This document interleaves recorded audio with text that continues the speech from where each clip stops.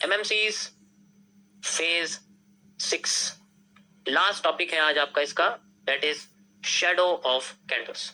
ठीक है, that is shadow of candles. कल मैंने आपको ये बता दिया था कैंडल में शैडो क्या होती है, you already know what are the shadows, और ये क्या काम करती है। देखो, ये इनका काम लोकेशन वाइज होता है। इनका काम जो होता है ये लोकेशन बेस्ड अपना जो अपनी वैल्यू है वो क्रिएट करती है। ठीक है, मैं कह सकता हूं कि होती है वीक की तरह, लेकिन इसको हम लोग लोकेशन बेस्ड यूज करते हैं। जैसे कि अगर सपोर्ट है तो हम लोग क्या देखेंगे, हम लोग सपोर्ट पे बुलिश पावर देखेंगे, बेरिश पावर देखेंगे। ऑब्वियस सी बात है, सपोर्ट पे क्या देखेंगे हम, सपोर्ट पे जब है, if we are on the support, तो हम लोग क्या देखेंगे, हम लोग देखेंगे बुलिश पावर्स के बारे में। और बुलिश पावर्स हमेशा मार्केट में नीचे दिखती है, यानी कि कैंडल की बॉडी के नीचे दिखती है ना, नीचे की साइड दिखती है। यहां पर हमारे सामने अगर रेजिस्टेंस है तो हम लोग क्या देखते हैं, हम लोग बेरिश पावर देखते हैं कि मार्केट में किस तरीके से हमें डाउन साइड देखने को मिल सकता है। अब बुलिश पावर इंडिकेट होती है कैंडल के नीचे से। जो कैंडल हमारे सामने है तो उसकी जो नीचे की लाइन होती है बेसिकली वो हमें क्या बताती है, वो हमें बुलिश प्रेशर के बारे में बताती है। किसके बारे में, बुलिश प्रेशर के बारे में। ये ग्रीन कैंडल है, और अगर यहां पर ऐसी ही कैंडल बनी हुई है, ये किस प्रेशर को दर्शाएगी, ये किस प्रेशर के बारे में बताएगी, बताना जरा मुझे। अगर ये सपोर्ट पे है तो ही इनको हम लोग बुलिश प्रेशर के अंडर कंसीडर करते हैं, तभी हम लोग कहते हैं कि ये बुलिश प्रेशर। अब बेशक कैंडल की बॉडी के अंदर कलर दुनिया का कोई सा भी हो, हम लोग उसे हमेशा बॉटम से ही बुलिश प्रेशर के अंदर कंसीडर करते हैं based on their largest wick. ठीक है, तो अगर ये सपोर्ट पर है तो कैंडल कोई सी भी हो, अब ग्रीन कैंडल की नीचे की बॉडी, नीचे की लाइन को हम लोग शैडो बोलते हैं, बोलते हैं नहीं बोलते हैं। अब ये शैडो होने के बाद भी इसके बाद प्रेशर कहां से आ गया, जबकि ये तो बॉडी कैंडल में दिखती नहीं है ना। अगर मैं कैंडल को ऊपर से देखूंगा तो मुझे शैडो दिखने की नहीं है, तो मुझे कैसे पता लग रहा है कि ये बुलिश है फिर भी, क्योंकि ये सपोर्ट पे बैठी हुई है। लोकेशन का फर्क पड़ता है। अब यहां पर ये तो विक ही है, क्योंकि रेड कैंडल की नीचे की लाइन तो विक होती है, उसमें तो कोई दिक्कत नहीं। अगर विक पे प्रेशर आता है तो कोई दिक्कत नहीं, वो नजर आ जाती है कि भाई विक कटी है या विक छोटी है लंबी है। कैंडल की जो बत्ती होती है वो छोटी है लंबी है तो नजर आ जाती है, लेकिन शैडो तो नजर नहीं आती। तो हम लोग अंधा यकीन कर लेते हैं। लेकिन अगर हमें दोनों कैंडल्स की ऑथेंटिसिटी पे अगर हम बात करेंगे, अब तुम सुनो, दोनों कैंडल की ऑथेंटिसिटी पे बात करेंगे। अगर एक बार को हैंगिंग मैन बन गया और एक बार को हैमर बन गया, तो दोनों ही कंडीशन में सपोर्ट पे हमें इनके साथ एक ऐसी कैंडल चाहिए जो इनकी नीचे वाली लाइन की बॉडी के बराबर या ज्यादा हो। समझे, पहली कंडीशन ये रहेगी इन चीजों की कि अगर यहां पर कोई भी एक हैमर बना हो, भाई हैमर काम नहीं करता, तुम्हें ये पता, हर बार काम नहीं करता, नहीं काम करता ना, बिल्कुल काम नहीं करता हैमर। हैमर बिल्कुल काम नहीं करता। इसके बाद अगर कैंडल की बॉडी बनती है तो वो ट्रांसफर होनी चाहिए उसकी उतनी बॉडी जितनी कैंडल की नीचे की साथ शैडो, हमें वो बॉडी नजर आना चाहिए। शैडो की जो लाइन है उससे ज्यादा बॉडी हमें नजर आनी चाहिए, तभी तो वो सुपीरियर होगी। तो यहाँ पर जो बॉडी अगर इतनी दिखती है, और ये बेसिकली तुम्हें ये भी बताएगी कि क्या ये बॉडी स्टफ्ड है, जो मारू बोजू बनेगी स्टफ्ड है या फिर क्लियर है एकदम। इस कंडीशन में आपको पता लगेगा कि स्टफ्ड बॉडी है या फिर ये ट्रांजिशन कैंडल्स हैं, पता लगेगा आपको इस चीज के बारे में। एग्जांपल दिखाता हूं आपको चार्ट पे। अगर आप यहाँ हैमर देखोगे, दोनों हैमर, अभी यहाँ आफ्टर इफेक्ट से कॉन्सेप्ट दिमाग से हटा दो, अभी दिमाग से आफ्टर इफेक्ट से कॉन्सेप्ट हटा दो, मैंने आपको पहले बताया हुआ। यहां पर बेसिकली आपके पास में जो ये कैंडल्स हैं, ये हैमर है, ये भी हैमर है, ये काम नहीं करी, ये काम कर गई। इसका तो मैं तीसरा वर्जन बता रहा हूं। फेल होने के इसके कई सारे रीजन है। एक तो ये इंफीरियर है, सबसे पहला रीजन। दूसरा ये जो है ना सपोर्ट पे नहीं बनी हुई। तीसरा रीजन, इसकी आगे की कैंडल, हैमर को कंफर्म करने के लिए जो आगे की कैंडल है वो हमारे सामने वैसी नहीं जैसी हमें चाहिए। हमें यहाँ पर एक मारूबोजू चाहिए जिसकी बॉडी उसकी विक लाइन से, उसकी जो शैडो लाइन है उससे बड़ी हो। उसके बाद जब वापस हैमर बना, उसकी जो यहाँ पर लाइन है उससे बड़ी ही कैंडल तुम्हें देखने को मिल रही है। स्टफ्ड कैंडल फेल करेगी या काम करेगी, यहां से पता लगेगा तुम्हें। स्टफ्ड कैंडल फेल होगी या काम करेगी, this is the only solution of. अब मैं कह दूं तुम्हारे सामने एक कैंडल बनी हुई है, ऐसी लाइन है, अब तुम कहते हो स्टफ्ड कैंडल, उसके बाद मार्केट उड़ गई, तब क्या करोगे? रीजन क्या रहेगा तुम्हारे पास? रीजन ये रहेगा कि अगर उसकी जो लाइन है उससे बड़ी है इसकी बॉडी, तो ये ऊपर से कितनी जल जाए उससे मतलब नहीं हमें। उसकी नीचे की जो शैडो है उससे तो लंबी है ना, तो शैडो का मतलब है कि वो नजर नहीं आएगा, वो अगली कैंडल में बॉडी में नजर आता है, अपनी अगली कैंडल में बॉडी में नजर आता है, वो ऐसे नजर नहीं आता। इसी तरीके से सेल साइड में होता है।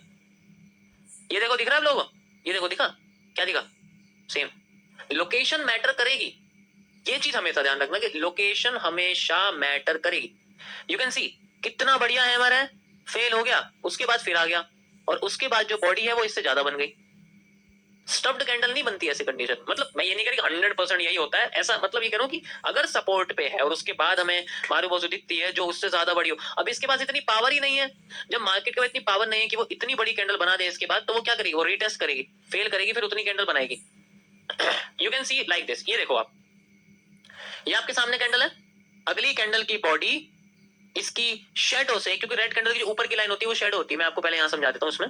ये देखो, सिर्फ आपको रेजिस्टेंस देखना है, सपोर्ट देखना है। अब यहाँ पे जो रेजिस्टेंस में बेरिश प्रेशर होता है वो बेसिकली ऐसी कैंडल को दर्शाता है, ये जो कैंडल होती है इस तरीके से ऐसी कैंडल को बताता है। तो हम लोग ज्यादातर इसमें रेड कैंडल्स देखते हैं, ग्रीन भी देख लेते हैं, ऐसी बात नहीं, ग्रीन हमें बस उसकी शेडो की लाइन से मतलब है, लेकिन ग्रीन कैंडल की ऊपर की लाइन शेडो नहीं होती ना, ग्रीन कैंडल की ऊपर की लाइन शेडो नहीं होती, इसलिए हम उसको देखते नहीं है।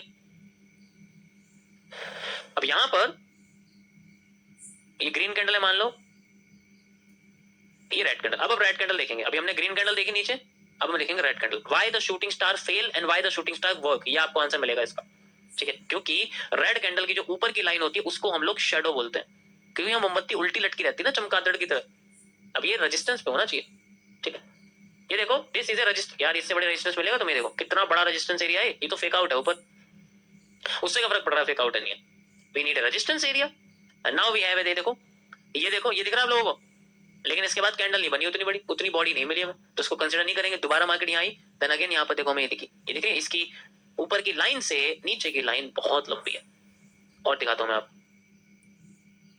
ये देखो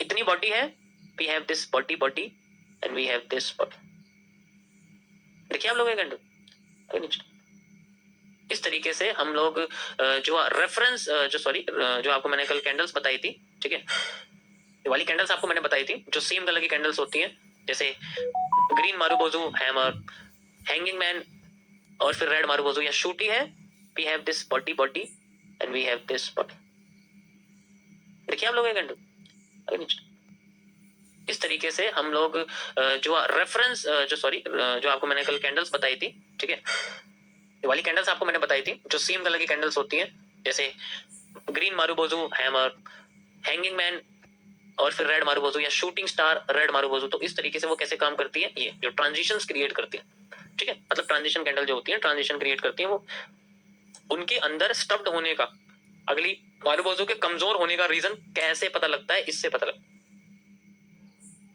अब हैंगिंग मैन काम करेगा, सॉरी शूटिंग स्टार काम करेगा या नहीं करेगा, ये डिपेंड करता है उसके नेक्स्ट कैंडल के ऊपर, वही तो उसके लिए रीटेस्ट होती है।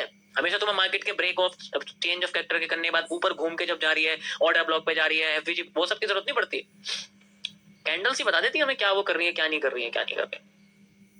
सेम देखो यहाँ पर भी है, अभी तो मैं तुम्हें वैसे दिखा रहा हूँ, ये तो रजिस्टेंस बन गया है, ऐसी सपोर्ट पे है, सपोर्ट पे अगर आप देखोगे यहाँ जो देखो सपोर्ट दिख रहा है आप लोग, अभी तो यहाँ दिख नहीं रहा हमें बेसिकली, हाँ अब यहाँ पर कैसे दिखेगा, अब ऐसी कंडीशन में कैसे समझा, यहाँ तो कोई बड़ी लाइन है ही नहीं, कैसे दिखेगा, यहाँ पर दिखेगा चुपका हुआ है, यहाँ चुपका हुआ है, यहाँ कैसे दिखेगा, यहाँ दिखेगा मैं कैंडल कॉम्बिनेशन के कॉन्सेप्ट से, this is the real area, ये है वो मारूबोजू और ये है हैमर 3CP, ये रेड कलर की कैंडल है, ये मैं बाहर लेके आ गया यहाँ पर, ठीक है, कैंडल कॉम्बिनेशन ऐसे थोड़ी काम करते हैं यार, धीरे धीरे तुम सब सीख जाओगे। ये ग्रीन कलर की कैंडल है, मैंने दोनों कैंडल्स को, ये जो दो कैंडल्स हैं ग्रीन, इनको कंबाइन कर दिया है, आइए मैं मूव लाइक दिस, अब मैंने इसको इसके अंदर ऐड कर दिया है, ये दोनों इससे लिक्विडेट हो जाते हैं, आपको पहले से ही पता है, एंड उसके बाद मैं इसको बॉडियो करता हूँ, एंड यहां से लेके यहां तक मैं तीनों कैंडल्स की जो विक लाइन है उनको ऐड कर दें, वी हैव ए हैमर। तो कैंडल कॉम्बिनेशन कहां यूज करना है तुम्हें आज पता लग जाएगा, बहुत बार पूछते हो ना कि यूज कहां करें, हर बार यूज करना होता है या हर बार हैमर ही ढूंढना है हमें, ऐसे यूज करते हैं, समझ आया, समझ आया। अब इस हैमर के प्रोबेबिलिटी, इस हैमर के काम करने की जो क्षमता है वो डिपेंड करेगी इसके विक लाइन से बड़ी कैंडल के बारे में, जैसे कि विक लाइन हमारे सामने बनी हुई है, देखो विक लाइन के बाद जो ये शेडो है इससे बड़ी अगर हमें अगली रेड कैंडल दिख गई, then it will be a real hammer, समझ आया। वो छुपकी हुई जो होती है, मैं अगर तुम्हें कैंडल कॉम्बिनेशन समझा रहा हूं, लोग मजाक बना रहे हैं मेरा, टाइम फ्रेम चेंज कर लो भाई, तुम ये कर लो भाई, तुम वो कर लो भाई, तुम ये कर लो, मैं इतना बेवकूफ नहीं हूं कि टाइम फ्रेम चेंज नहीं करूंगा, एक 3 मिनट 3 की पैड पे ये 3 दबाना है बस मुझे, 5 दबाना है, ऑटोमेटिकली टाइम फ्रेम चेंज हो जाएगा, ठीक है, लेकिन उन्हें नहीं पता ना मैं क्या ढूंढना चाह रहा हूं यहाँ पर, लेकिन तुम्हें पता लगेगा आप तुम क्या ढूंढना चाहते हो। So this is the reason why I combine the candles, candle combination के एडवांस लेवल का चीज है ये भाई, तभी तो पता लगेगा ये इनसाइडर हैमर जो छुपा हुआ है वो काम करेगा, वरना तो हर कोई कंबाइन करके दे देगा। So this is the role of shadow in a candle, क्योंकि वो ही तो सबसे इंपॉर्टेंट चीज है जो मार्केट में नजर आती है। ये पहली कंडीशन थी शैडो के कॉन्सेप्ट की। अभी तो दूसरी नहीं बताई थी, मैं अभी दूसरा बताऊं इसका कॉन्सेप्ट। देखो, अगर मैं आपके सामने बोलूं ग्रीन कैंडल है, ठीक है, तो जो ग्रीन कैंडल है उसके नीचे शेड होती है, हम जानते हैं, हमें कोई दिक्कत नहीं। अगर यहाँ पर ग्रीन कैंडल जो है सपोर्ट पर, कहां पर, सपोर्ट पर, उसकी जो विक है उसकी शेडो से छोटी है, तुम्हें पता है इन्वर्टेड हैमर से मार्केट क्यों गिर जाती है? इन्वर्टेड हैमर एक ऐसी मोमबत्ती होती है जिसकी बॉडी तो छोटी सी है, वैक्स जो होता है वैक्स, लेकिन उसकी बत्ती इतनी बड़ी कर दी, अब यार वो नीचे ही लुढ़केगी। इसलिए तो कहते हैं कि इन्वर्टेड हैमर से मार्केट नीचे गिर जाती है। जापानीज में ये कॉन्सेप्ट यूज किया जाता है किसी भी ऐसी कैंडल के बारे में जिसकी ऊपर की लाइन लंबी होती है, नीचे की छोटी होती है, वो लट्टू की तरह होती है, उसे पता लुढ़क के नीचे गिर जाएगी, तो उसका मतलब ये कि मार्केट को वो नीचे पुशवर्ड देने की कोशिश कर रहे हैं, बेरिश प्रेशर दिखा रहा है। समझ आया? जापानीज में इस चीज को, कॉन्सेप्ट को हम लोग इन्वर्टेड हैमर बोलते हैं, मतलब किसी भी चीज को इन्वर्ट करना, एकदम गिर जाना, उनकी मोमबत्ती गिर गई तो मार्केट नीचे आ जाती है, उनका ये हो सकता है। अब ये अगर ग्रीन कैंडल है तो हाउ वी ट्रीट इट, हम इसको कैसे समझेंगे कि यहाँ पर शैडो को हम लोग बुलिश प्रेशर में कंसीडर करेंगे, या फिर हम लोग, देखो पहली बात तो सुन लो, हैमर में बुलिश प्रेशर नहीं होता, हैमर के बाद वाली कैंडल में होता है, ये तुम समझ चुके हो। अब यहाँ पर जो है नीचे की साइड का जो प्रेशर, मतलब नीचे की जो विक है, नीचे की जो इसकी लाइन है, ये जो शैडो है ये बहुत छोटी है, स्मॉल है, ये बहुत छोटी है, और इसका जो ऊपर का प्रेशर है वो बहुत ज्यादा है, मतलब हैवी बुलिश प्रेशर है इसके, सॉरी बेरिश प्रेशर है, बुलिश नहीं bearish pressure, heavy bearish pressure. अब इसका प्रेशर इसकी शेडो जो है ना वो संभाल नहीं पाती बेचारी, ऐसा होता है कि वो गिरा ही देती मार्केट को अपने नीचे से। अब इस कंडीशन में शेडो का क्या रोल होता है मैं आपको बताता हूं। अगर मार्केट अपने आप को इसके जितना बॉडी अगर क्रिएट कर लेती है, मान लो अगर बॉडी क्रिएट कर लेती है, तो बहुत रेयर, मतलब मैं कह सकता हूं कि ऐसे 30% या फिर 20% केसेस होते हैं कि मार्केट अपने आप को ऊपर लेके चली जाती है जब शैडो की लाइन को फिल करती है। ऐसा पता है क्यों होता है? क्योंकि ऑब्वियसली ऊपर से बेरिश प्रेशर ज्यादा पड़ रहा है, तो ऐसा बहुत कम होता है कि इस इन्वर्टेड हैमर के बाद इसकी शैडो की लाइन से ज्यादा बड़ी कैंडल बन जाए, ठीक है, तो बहुत कम होता है ऐसा, तो इसलिए वो क्या करती है, छोटी बनती है, फिर अगली कैंडल में रेड कैंडल बन जाती है। अगर डायरेक्ट बन गई बड़ी और ऊपर की लाइन भी क्रॉस कर दी तो आफ्टर इफेक्ट्स कब आते हैं, अब आपको मैं समझाऊंगा। अगर मार्केट अपने आप को, यहाँ पर हमारे सामने इन्वर्टेड हैमर बन गया, कोई दिक्कत नहीं है, अब इसके बाद जो कैंडल है वो हमारे सामने इसकी बॉडी जितनी तो बनी, इस केस में ज्यादातर केसेस में मार्केट अपने आप को रिवर्स कर देती है, ऊपर चली जाती है, ठीक है। लेकिन अगर ऐसा नहीं हुआ, अगर ये बस यहाँ पर पता है गलती क्या हो गई, अगर ये कैंडल पहले बन गई आफ्टर इफेक्ट्स आने के चांसेस 80% बढ़ जाते हैं, 90% बढ़ जाते हैं। कैसे? अगर अगली कैंडल में इसको ब्रेक कर दिया तो आफ्टर इफेक्ट्स होने के चांसेस ज्यादा बढ़ जाते हैं, वो दोबारा लौट के आ ही जाती है, ये होने के चांसेस ज्यादा उसके बढ़ जाता है। ये तभी होता है जब उसके बाद उसकी जो शैडो की लाइन है उससे ज्यादा डिमांड आ गई, यार हमें इतनी डिमांड थोड़ी चाहिए, ये 6 गुना डिमांड आ जाएगी। हाँ, एक गुना जाए, 2 गुना मिल जाए, कोई दिक्कत नहीं, 6 गुना डिमांड कैसे आ जाएगी? अब मैं तुम्हें से ग्राफ पे समझाता हूँ। हमारे सामने एक इन्वर्टेड हैमर है जिसको मैं लेना चाहता हूँ, ये तो चलो उस पर बना हुआ है, इसमें कोई दिक्कत नहीं है। डायरेक्ट गिरता है तो नीचे आ जाता है, देखो इन्वर्टेड हैमर के साथ एक कहानी होती है, डायरेक्ट गिरती है तो मार्केट नीचे आ जाती है, कोई दिक्कत नहीं होता, डायरेक्ट गिरती है नीचे आ जाती है, बेस इनगल्फिंग बना देती है ना। फिर यहाँ पर डायरेक्ट उठ गई, अब फिर नीचे आ गई, फेल करा, फिर जा रही है, मतलब अपना जो मूव दिया है वो अपनी पिछली, देखो ये जो मूव है आपको लग रहा है कि छोटा सा, लेकिन ये अपनी पिछली सप्लाई के बराबर ही मूव दे रही है, वो ऐसा मूव नहीं कि एकदम नीचे गिराती है, जब तो उसकी वो नहीं होगी, ठीक, अपनी सप्लाई के हिसाब से मूव दे रही है, वो अपना मूव उसने दे दिया, ठीक है, सब कुछ इसके अंदर आ गया, जितनी उसकी पहले सप्लाई है ये वाली, उतना मूव उसने दे दिया, ठीक, ये देखो लगभग मूव दे दिया। अब डायरेक्ट चली गई ना ऊपर, इतनी सी शेडो है, मूव इसका 6-7 गुना आ गया, कैसे संभाल पाएगी बेचारी? इसलिए इसी तरीके से मैं आपको और दिखाता हूँ यहाँ पर इन्वर्टेड हैमर का क्या रोल होता है, किस तरीके से वो काम करता है, फेल होता है। ये देखो, ये दो फेलियर आपको दिख रहे हैं, यहाँ तो नीचे लाइन ही नहीं है, आफ्टर इफेक्ट आया वो भी फेल हुआ, फिर दोबारा रिवर्सल आया, फिर जाके मार्केट अपने आप को नीचे लेती है, फेल करके खुद इन्वर्टेड हैमर बन गया, जैसा आफ्टर इफेक्ट होता है कि फेल करा, इन्वर्टेड हैमर बन गया दोबारा से, और ग्रीन कलर की जो कैंडल होती है, उसके बाद ये कैंडल आपके सामने है। अब देखो तुम कुछ सोचो, अभी मैंने तुम्हें बताया ना, अब तुम क्या होगा, ये स्टफ्ड कैंडल है, ये फिर भी नीचे कैसे आ गई? क्योंकि इसकी बॉडी जो है इसकी शैडो से ज्यादा लंबी है इसलिए तो नीचे आ गई मार्केट। क्यों आ गई नीचे? इसी तरीके से यहाँ पर मार्केट अपने आप को एक फेक आउट से, कभी कभी क्या होता है डायरेक्ट नीचे गिरती है, वो तो भाई बेरिश एनगल्फिंग बना ही देगी, उसमें कोई दिक्कत नहीं है। डायरेक्ट अगर नीचे रेड कैंडल बनाई तो बेरिश एनगल्फिंग बना देगी, तो फिर वो कोई दिक्कत है, रेड मार्गोसू जो होती है, ठीक है। अगर ऐसा नहीं करती, वो टुकड़ों में उठती फिर एकदम, तो फिर उसके रिवर्स होने के चांसेस ज्यादा रहते हैं। लेकिन इन्वर्टेड हैमर अपने आप को रिवर्स कर देता। सारा कॉन्सेप्ट इसके ऊपर की जो बेरिश प्रेशर है, जो विक लाइन है, उसको तोड़ने पे लगा रहता है। वो इसका चेंज ऑफ कैरेक्टर होता है एक तरह से, उसको तोड़ना पड़ता है। अगर वो डायरेक्ट टूट गया, गुस्से में टूट गया, तो एकदम तुम गुस्से में मूव आएगा, तुम समझ रहे हो ना क्या होता है मार्केट में। गुस्से में मूव आता है, फिर वो रिवर्स कर देती है उतने ही जितना पहले करा होता है, सप्लाई मैच करती है, उसके बाद फिर उड़ जाती है। इसी तरीके से अगर वो गुस्से की जगह टुकड़ों में होती है, ठीक है, तो फिर अपने आप को रियल मूव से दर्शाती है। कभी कभी वो खुद भी फेल हो जाता है, लेकिन मूव उसका रिवर्सल में आता है। बेशक वो एकदम ना जाए, लेकिन घूम के अच्छे से वहां से चला जाता है। सो गाइस, ये थे आपके आज के शैडोज के कॉन्सेप्ट। कैसे लगा गाइस, आपको मजा आया?